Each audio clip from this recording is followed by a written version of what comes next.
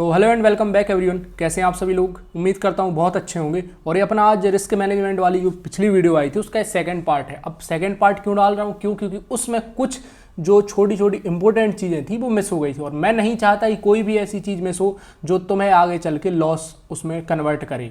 तो चलिए उसकी चीज़ों को जोड़ते हैं और करते हैं आगे की लेक्चर की शुरुआत।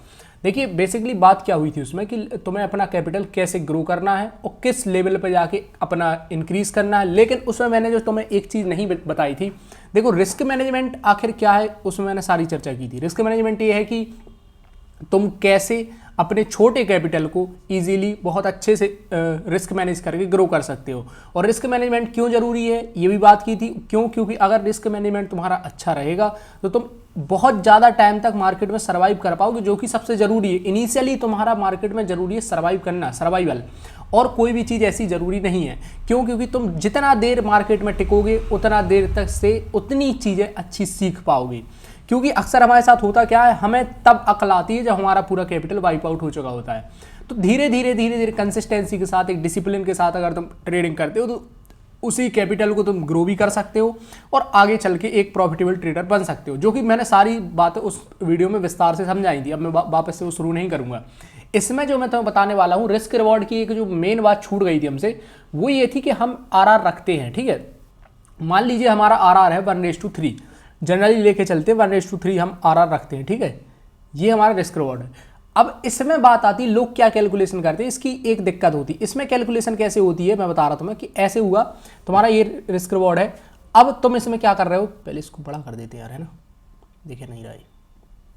हाँ ठीक है, अब देखो, अब इसमें तुम यहाँ से क्या करोगे, रिस्क रिवॉर्ड की अब कैसे लोग समझाते हैं वो बता देता हूँ तुम्हें। क्या कहते हैं कि मान लो तुमने 10 ट्रेड की, 10 ट्रेड्स तुमने की, इसमें से अगर तुम्हारा 1:3 है तो तुमने मान लो, लोग बता रहा है ऐसे समझाते हो, फिर उसमें से ये दिक्कत ये आती है, मैं बताऊंगा बाद में। तुमने 6 ट्रेड लॉस कर दी। ठीक है, इसमें से तुम्हारी एक्यूरेसी 6 ट्रेड लॉस की है, 6 ट्रेड लॉस। ठीक है, और 4 ट्रेड प्रॉफिट मिली तुमने 10 में से, मतलब तुम्हारी 40% की एक्यूरेसी। ठीक है, बढ़िया है, कोई दिक्कत नहीं। 4 ट्रेड्स प्रॉफिट। ठीक है, अब दिक्कत क्या आती है, अब ठीक है उनने फिर कैलकुलेशन किया, तुम्हारी ओवरऑल लॉस कितना हुआ, ओवरऑल लॉस, पहले इसको उठा दें, ओवरऑल लॉस तुम्हारा कितना हुआ 6 का, 6 रुपीज़, मान लो 1 रुपये से लेके चलो 6 रुपीज़। और ओवरऑल प्रॉफिट, अब 4 × 3 4 3 12, ओवरऑल प्रॉफिट 12 रुपये। ठीक है, 12 रुपये। इस 12 में से 6 को माइनस करोगे, फिर तुम्हें कितना प्रॉफिट हुआ, टोटल प्रॉफिट, नेट प्रॉफिट कितना निकल के आया, नेट प्रॉफिट 6 रुपये। ये उनका जनरल कैलकुलेशन होता है, जबकि सिर्फ ये चीज़ जरूरी नहीं है, समझ रहे, ऐसा अक्सर ऐसी चीज़ नहीं होती है। अब मैं तुम्हें बताता हूँ क्यों। देखो 1:2 रिस्क रिवॉर्ड ठीक है, सुनने में अच्छा लगता है, देखने में भी अच्छा लगता है, लेकिन इसमें एक चीज़ जो इंपॉर्टेंट आती है वो ये आती है कि तुम 1:3 रिस्क रिवॉर्ड कितने टाइम तक कंसिस्टेंट वही सेम रख रहे हो। हमारे साथ होता क्या है, मान लो हमने रिस्क रिवॉर्ड कुछ पहली ट्रेड ली, हमारा रिस्क रिवॉर्ड ऐसा था, देखो ये हो गया 1:3, ये भी 1:3 है। ठीक है, पहली ट्रेड का। दूसरी ट्रेड ली, उसका रिस्क रिवॉर्ड ऐसा था,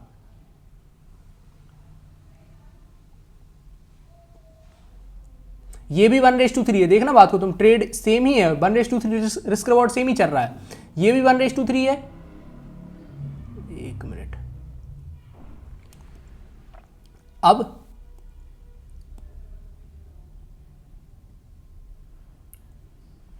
और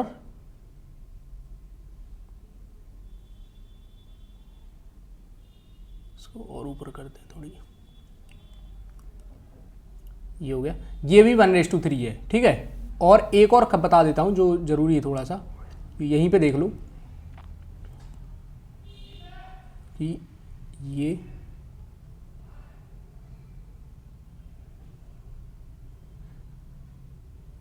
ठीक है, ये भी 1:3 है। तीनों जो चारों हैं, देखो तुम चारों रिस्क रिवॉर्ड देखोगे तो 1:3, ये भी 1:3, ये भी 1:3, ये भी 1:3।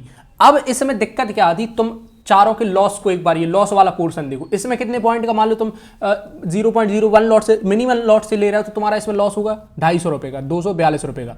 इसमें लॉस होगा कितने का, 86 रुपये का, इसमें लॉस होगा 750 रुपये का, इसमें लॉस होगा 150 रुपये का। अब क्या ये लॉस तुम्हारे जो तुम ओवरऑल कैलकुलेशन करते हो क्या सेम है? कि तुम्हारा लॉट तो बदल गया ना यहाँ से, क्यों बदल गया? अब तुम्हारा लॉट नहीं, लॉस तो बदल गया ना। क्यों बदल गया? क्यों? अब तुम देखो इसको जरा, इसमें तुम कर रहे हो कितना 450 लॉस और ले रहे हो कितना, सुनना बात को, ले रहे हो कितना 1400 पॉइंट, ये भी 1:3 है। अगर मान लो, सुनो, अगर मान लो क्या हुआ, तुम्हारी पहली उसमें चली गई, एसएल में चली गई, तुम्हारा कितना ओवरऑल लॉस हो गया 450। अब तुमने जो दूसरी ट्रेड उठाई वो कुछ ऐसी उठा ली जिसमें ये रिस्क रिवॉर्ड था, तुम 1:3, तुम जिनसे पढ़े हो उन्होंने बताया 1:3 एटलीस्ट रखा, तुमने 1:3 ओनली रखा, और तुम्हें इसमें कितना मिला, मान लो इसमें टीपी रेट हुआ 200 रुपये, मान लो 230 रुपये मिला, तुम्हारा गया कितना था 450, आया कितना 230 रुपये, तुम क्या 1:3 हो जाएगा, ये कुछ बन रहा है। देखो यही पे बातें सारी घूमती हैं, यही दिक्कत आती अक्सर कि तुम्हें किस लेवल पे जाके अपना लॉट चेंज करना है, किस लेवल पे जाके तुम्हें अपनी सारी चीजें चेंज करनी है। क्यों? क्योंकि हमारे साथ दिक्कत ये होती है, हम अपना लॉट को वेरिएबल रखते हैं, जैसे हमारा लॉस होता है वैसे हमारा लॉट बढ़ता है, या जैसे हमारा प्रॉफिट होता है तुरंत लॉट बढ़ता है, जबकि ऐसा नहीं है, ऐसा नहीं होता। ट्रेडिंग देखो एक सिस्टमैटिक गेम है, बिजनेस है एक, इसको तुम कैसे करते हो मैं उसको बताता हूं। देखो तुम्हारा जो लॉट है, मैंने बताया था तुम्हारा लॉट इंक्रीज होना चाहिए इनिशियल कैपिटल पे। लॉट इंक्रीज कब होना चाहिए? जब तुम्हारा इनिशियल कैपिटल पे एटलीस्ट बता रहा हूं, एटलीस्ट 25% या 30% गेन हो जाए, ठीक है, 30% गेन हो जाए,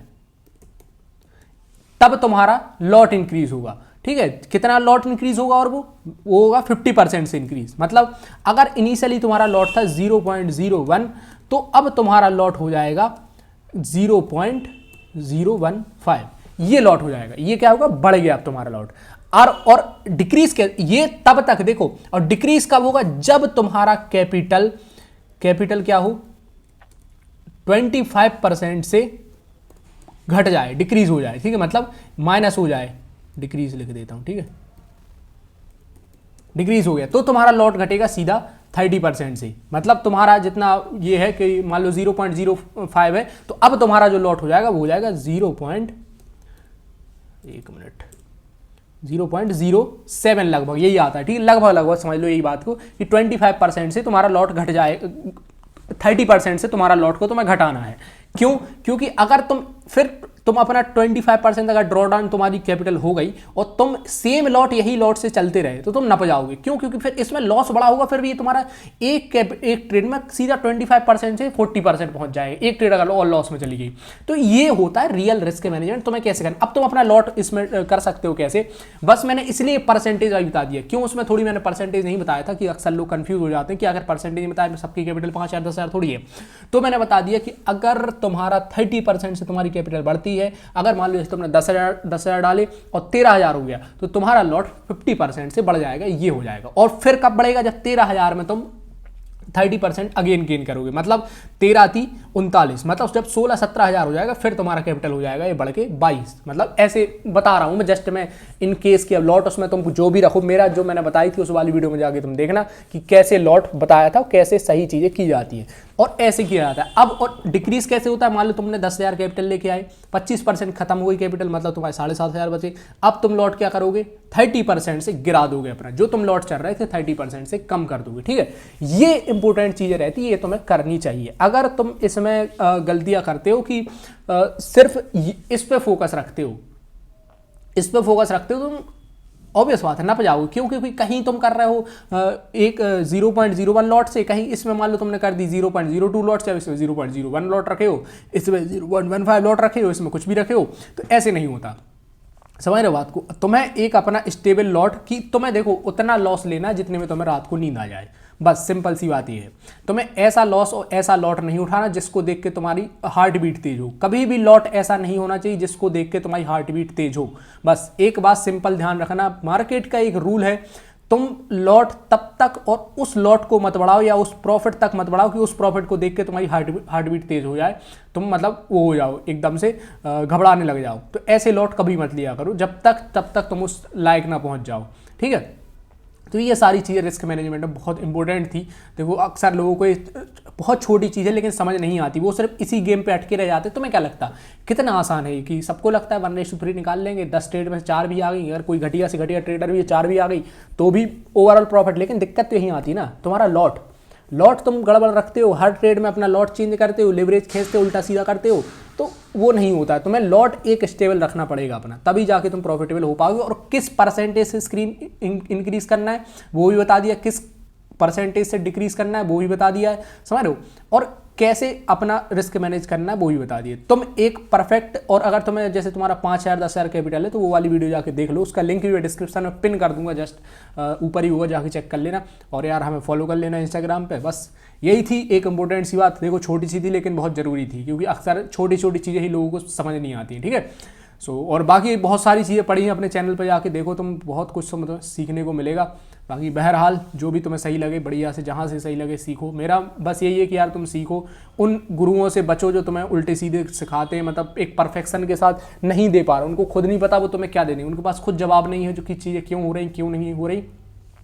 तो मेरा मानना है उनसे तुम बचो, अच्छे से मतलब ट्रेड करो। यार देखो एट द एंड तुम्हारा ट्रेडिंग का मोटिव यही है कि तुम अपनी फैमिली को खिला पाओ, फैमिली को दे पाओ, कुछ फैमिली अपनी स्टेबल तरीके से चला पाओ, ठीक है।